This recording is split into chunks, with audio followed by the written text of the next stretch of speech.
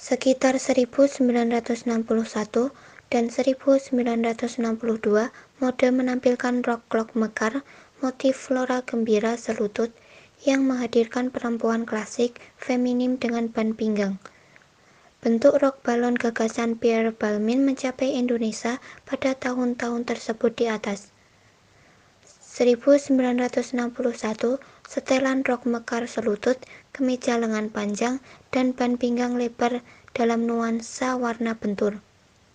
1961, rok balon, rambut Farah Diba, dan sepatu tumit tinggi. 1961, rok tulip, rambut Farah Diba, dan sepatu tumit tinggi. Kebaya nasional tampil dalam rekayasa baru, terutama dalam pilihan bahan seperti dadakan soft semakin marak digunakan. Eksperimen dengan kain lurik semakin marak. Kain kebaya dan selendang adalah tenun lurik serta menggunakan perhiasan berupa liontin dan giwang besar juga digemari. Di antaranya yaitu kebaya kutu baru, kebaya brokat, dan yang terakhir yaitu setelan kain kebaya bahan lurik. Sekitar tahun 1963 berpenampilan elegan.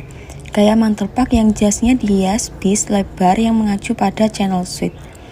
Penggunaan batik kontemporer mulai merebak bersamaan dengan perhiasan berupa kalung mutiara, akhet, dan batu akik lainnya.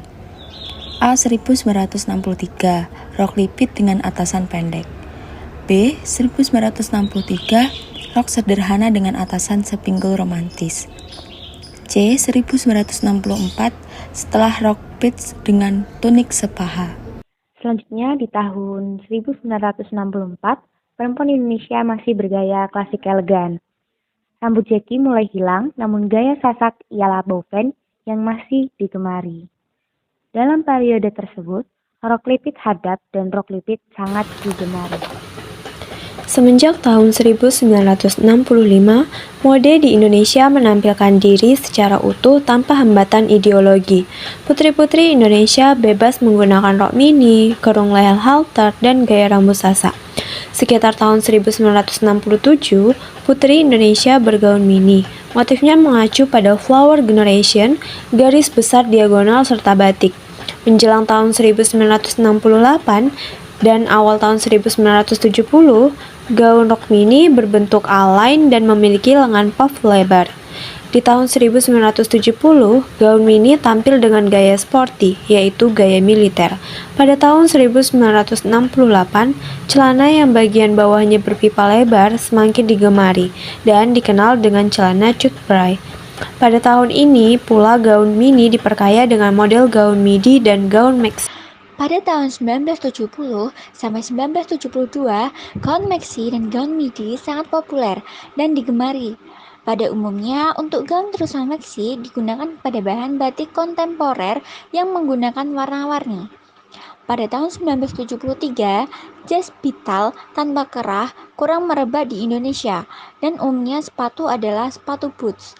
Sepanjang tahun 1973 sampai 1978, gaya berpakaian perempuan Indonesia adalah sporty, kerah, saku tempel, tanda pangkat, dan aksen-aksen sporty lainnya melengkapi gaun. Berbagai gaya modis tampil dalam periode 20 tahun terakhir di abad 20, yaitu gaya retrospektif tahun 50 atau 60-an ialah back to the 50s atau 60s, gaya androgyn, gaya jalanan atau jungle, gaya nostalgia, gaya punk awal 80-an. Bahan jeans yang sudah merebak semenjak tahun 60-an di periode tahun 70-an semakin populer. Pada mulanya jeans diperuntukkan untuk laki-laki, namun pada akhirnya dipakai oleh siapa saja tanpa terbatas jenis kelamin, usia, atau kedudukan sosial seseorang. Sekitar tahun 1973 sampai 1979, berbagai penampilan diungkapkan dengan bahan jeans. Walau dengan bahan ini dapat ditampilkan berbagai jenis pakaian, namun dalam periode tersebut yang menonjol adalah celana jeans ketat. Pada 2 atau 3 tahun terakhir, tahun 70-an, mode kembali romantis. Di tahun 1977, tampil gaya-gaya seni rakyat yang tenang, yaitu ristik folklorik. Pada umumnya, gaya tersebut adalah longsai, tenang, dan nyaman. Sejak pertengahan tahun 70-an, kostum formal laki-laki Indonesia adalah setelan dengan celana ramping dan dasi sempit. Kebebasan berekspresi dalam hal penampilan yang dinikmati masyarakat Indonesia semenjak pertengahan tahun 60-an membawanya ke tipe kreativitas yang mengungkapkan suatu kemampuan untuk menemukan bentuk-bentuk baru.